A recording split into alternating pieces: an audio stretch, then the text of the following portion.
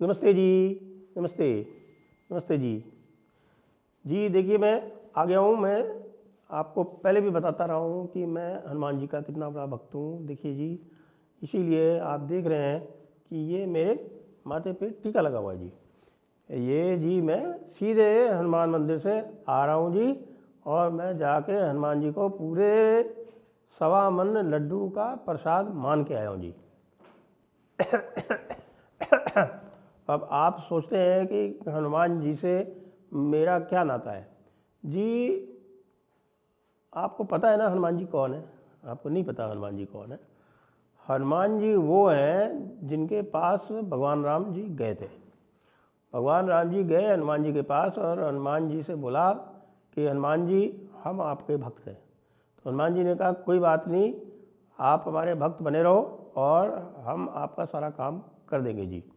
और वो हनुमान जी फिर उन्होंने राम जी को वहीं पे कहा कि आप यहीं बैठे रहो जी और मैं सारा काम कराऊंगा जी। अब लोग जो है मेरा मजाक उड़ाते हैं जी।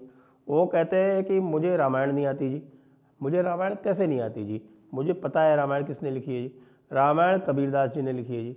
और आप फिर पूछते हो कि जी गीता में युधिष्ठिर द्रौपदी संवाद नहीं है जी, उसका भी मजाक उड़ाते हो जी। आपको पता भी है फिर गीता जो है किसने किसको कही थी जी? मुझे पता है जी, युधिष्ठिर द्रौपदी संवाद को ही गीता कहते हैं जी। और लोग बाग जो हैं उनको कुछ पता है नहीं, उन्होंने कभी गीता पढ़ी नहीं है और वो जो है वो मेरे से मजाक करते हैं जी। महाभारत जब तुलसीदास जी ने लिखी थी उस समय भारत की दशा बड़ी खराब थी जी, और इसीलिए उन्होंने ये संवाद भी उसमें लिखा था जी। देखिए जी, गीता में महाभारत भी है जी। आपको पता नहीं होगा कि ये जो गीता जी है, इस गीता में ही महाभारत है जी। और गीता तो बहुत बड़ी है जी, महाभारत थोड़ी छोटी है जी। और उस महाभारत में जो और छोटी मोटी बातें लिखी हैं जी, वो उसमें कृष्ण जी का भी संवाद है और वो भी है, लेकिन सबसे बड़ी इसमें द्रौपदी ही है जी। और बिना द्रौपदी के जी ना तो गीता चल सकती है जी और ना आपके महाभारत चल सकती है। अब आप लोग जो मुझसे सवाल पूछते हैं जी, अब ये जो है वो कोई शुभांकर वुभांकर जी आया जी और उसने मेरे से इंटरव्यू किया, और इंटरव्यू में जो भी सवाल पूछे मैंने उसको बड़ा ज़ोर से जवाब दिया था, आपने भी देखा है जी। और ज़ोर से क्या जवाब दिया था जी? अब वो मेरे से क्या पूछता है जी? अब आप ये बताइए जी, मैं तो पूरी तरह से गीता जी के हिसाब से चलता हूँ, और गीता जी में लिखा हुआ है कि झूठ नहीं बोलना है, और झूठ मैं कभी बोलता भी नहीं हूँ जी। उसमें ये भी लिखा हुआ है जी कि अगर झूठ को सच मान के बोलोगे जी तो वो झूठ नहीं माना जाएगा जी, वो सच ही माना जाएगा जी। इसलिए मैं सदैव सच बोलता हूँ। अब आप कोई पूछो कि साहब जल बोर्ड में क्या हुआ जी? अब जल बोर्ड में पहले सरप्लस था, बाद में घाटा हो गया जी, कोई 73,000 करोड़ का घाटा हो गया जी। तो वो 73,000 करोड़ का घाटा अगर होता है जी, तो वो 73,000 करोड़ के घाटे से देश बनता है जी। देश घाटे से ही बनता है जी। जो लोग भी आपको बताते हैं ना कि सरकार के पास पैसा इकट्ठा हो तो उससे देश बनता है जी, वो झूठ बोलते हैं जी।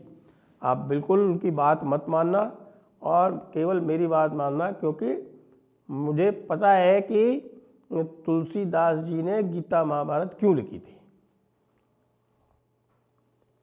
वो इसलिए लिखी थी जी कि उस समय भारत जो था वो बहुत परेशान था जी। बाहर से लोग आए हुए थे जी, बाहर से लोग आके और हिंदुओं की पिटाई कर रहे थे जी। तो उस समय हनुमान जी आए और उन्होंने तुलसीदास जी के कान में गीता महाभारत बोली, तो फिर तुलसीदास जी ने गीता महाभारत लिख दी।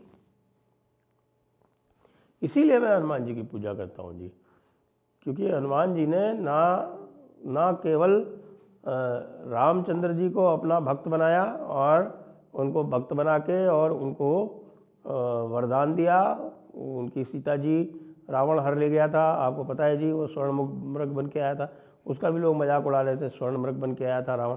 कह रहे थे नहीं, रावण नहीं बन के आया, कोई मरीच कोई आया था जी। मरीच कोई नहीं था जी, जो कुछ था वहाँ सब रावण ही था। सब रावण के ही अलग अलग एक्सप्रेशन थे जी।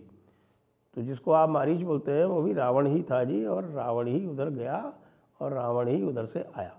अब इस बात में बहस करने की कोई ज़रूरत नहीं जी, क्योंकि कल मेरे को कोई कह रहा था जी कि साहब रामायण वाल्मीकि ने लिखी जी। देखिए मैंने वो रामायण पढ़ी है जो कबीरदास जी ने लिखी। तो आप लोग जो है, मुझे लगता है आप लोगों को ये कन्फ्यूजन हो रहा है कि आपने कोई दूसरी रामायण लगता है पढ़ लिए जी। आपको मैं संस्करण बता देता हूँ। ये मैंने जो है एक प्रेस मेरी है ख़ास, जी हाँ, वो 12 खंभा प्रेस है, वो 12 सिंघा प्रेस, वो 12 सिंघा प्रेस से मैंने वो छपवाई है जी, और मैं उसकी कॉपी सबको बांट दूंगा जी। उसको बांटने के बाद में आप सब कुछ भूल जाओगे, आप केवल हनुमान जी की भक्ति करोगे जी। और हनुमान जी की भक्ति करने से सारी जितनी भी भक्ति है वो हो जाती है जी। अब मैं, आपको पता है मैं बोल चुका हूँ साहब, मैं भगवान जी की, हनुमान जी की आरती करता हूँ। कुछ लोग कहते हैं कि साहब कि आपका क्या हनुमान चालीसा और हनुमान जी की आरती में अंतर नहीं पता जी। अजी मैं, देखिए इन छोटे मोटे जो ये आप बताते हैं ना डिफरेंसेस, इनमें नहीं पड़ता हूँ जी। मेरे लिए तो हनुमान जी इम्पॉर्टेंट है, और हनुमान जी जैसा मुझे गाइड करते हैं, जैसा मुझे बताते हैं, वैसा मैं करता रहता हूँ जी। आप लोग क्या करते हैं जी कि जो ये आलोचना वलोचना करते हैं जी, ये ट्विटर पे मेरा मजाक उड़ाते हैं जी, और कहते हैं कि साहब कि ये छलिया है, ये धूर्त है, ये झूठा है, ये नालायक है, इस तरह की जो बातें करते हैं ना जी, ये सब हनुमान जी देख रहे हैं जी। हनुमान जी अच्छी तरह से ये सब देख रहे हैं जी, और वो मेरे लिए पूरी तरह से यहाँ पर आए हैं जी। आपको बता दूँ, हनुमान जी सारे बूथ पे जाएंगे मेरी ओर से, और सारे बूथ पे जाके जी वो ईवीएम जितनी भी जी है वो सब मेरे लिए हैक कर देंगे जी। कौन कहता है कि ईवीएम हैक नहीं होती जी। तो जैसा आपने अभी अभी सुना, हमारे डॉक्टर केजरीवाल जो थे वो अपनी हनुमान भक्ति की प्रशंसा कर रहे थे। उन्होंने आपको बहुत कुछ बताया। उन्होंने ये भी बताया कि रामायण कबीरदास जी ने लिखी थी। उन्होंने आपको ये भी बताया कि गीता महाभारत तुलसीदास जी ने लिखी थी। और उन्होंने ये भी बताया कि भगवान राम जो थे वो हनुमान जी के भक्त थे, इसीलिए केजरीवाल भी हनुमान जी के भक्त हैं। खैर ये सब आप जान के निश्चिंत हो गए होंगे कि अब केजरीवाल जी का जो मेंटल स्टेटस है वो पूरी तरह से रेड में जा चुका है। क्यों? क्योंकि अब योगी जी आ रहे हैं। अब योगी जी को देख के तो वैसे भी लोगों को हनुमान जी की याद आ जाती है। अब योगी जी यहाँ आकर 14 यानी 70 तो कुल कॉन्स्टिट्यूंसी है, 4 दिन यहाँ उनको प्रचार करना है। 4 दिन में वो 14 सभाएं करेंगे। यानी मुझे तो ऐसा लगता है कि योगी जी के एक भी ऐसा कोना नहीं बचेगा दिल्ली में जहाँ उनके लाउड स्पीकर की आवाज़ नहीं पहुँचेगी। तो ऐसे में हमारे भाई केजरीवाल को यदि हनुमान जी याद आवे, यदि रामायण याद आवे, और यदि महाभारत गीता ये सारी चीज़ें यदि याद आ रही हैं, तो इसमें आश्चर्य करने की कोई बात नहीं है। केजरीवाल जी जो है वो बहुत घबराए हुए हैं, बहुत ज़्यादा डरे हुए हैं। और डरे हुए इसलिए नहीं हैं कि आम आदमी पार्टी हार रही है, डरे हुए इसलिए हैं कि वे स्वयं हार रहे हैं। और उनको अब यह डर है कि कहीं वे स्वयं हार गए और आम आदमी पार्टी जीत गई, फिर क्या होगा। अच्छा मान लीजिए वो ममता बनर्जी की तरह करें। आपको ध्यान है ना, ममता बनर्जी खुद हार गई थी, पार्टी जीत गई थी बड़ी ज़बरदस्त। तो ममता बनर्जी को तो कोई समस्या थी ही नहीं, उन्होंने तो फिर भी शपथ ले ली और किसी से कहा कि खाली कर दो, और जाके वहाँ से लड़के और वापस आ गई। केजरीवाल जी के लिए ऐसा कौन करेगा भाई, बड़ा मुश्किल है। और केजरीवाल जी की हालत ये है भाई साहब कि ये जहाँ से जाएंगे वहाँ से हारेंगे। और अगली बात ये है कि जो विधानसभा के जो नियम बने हुए हैं, जिसके अंतर्गत वो सुनीता केजरीवाल को चीफ मिनिस्टर नहीं बनवा पाए थे, यदि आप एमएलए नहीं हैं तो जो विधानसभा के दिल्ली के रूल्स बने हुए हैं तो आप सीएम की शपथ नहीं ले सकते, फिर तो आतिशी ही शपथ लेगी। अब आतिशी शपथ लेने के बाद में, लेकिन आतिशी भी सुना हारने वाली है, और फिर हैंडसम सिसोदिया भी हारने वाला है। तो अब ये लग रहा है कि साहब इसीलिए जानबूझ के सौरभ भारद्वाज के सामने स्मृति ईरानी को नहीं खड़ा किया गया और गोपाल राय के सामने नूपुर शर्मा को नहीं खड़ा किया गया। हालांकि मैं अभी भी यही मानता हूँ कि नूपुर शर्मा को खड़ा नहीं करना ये बहुत बड़ी भूल है, और इसका एक बहुत गलत मैसेज भी जाता है।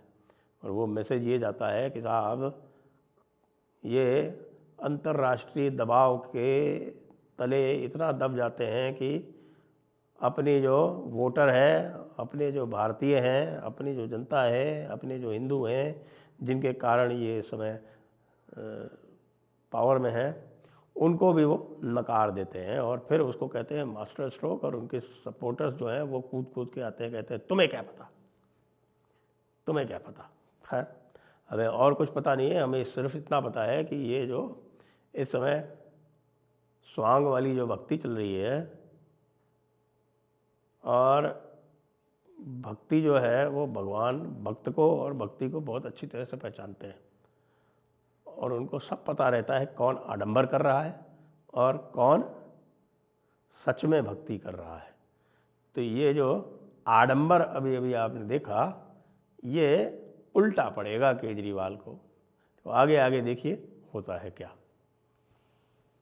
जय हिंद, जय भारत, वंदे मातरम।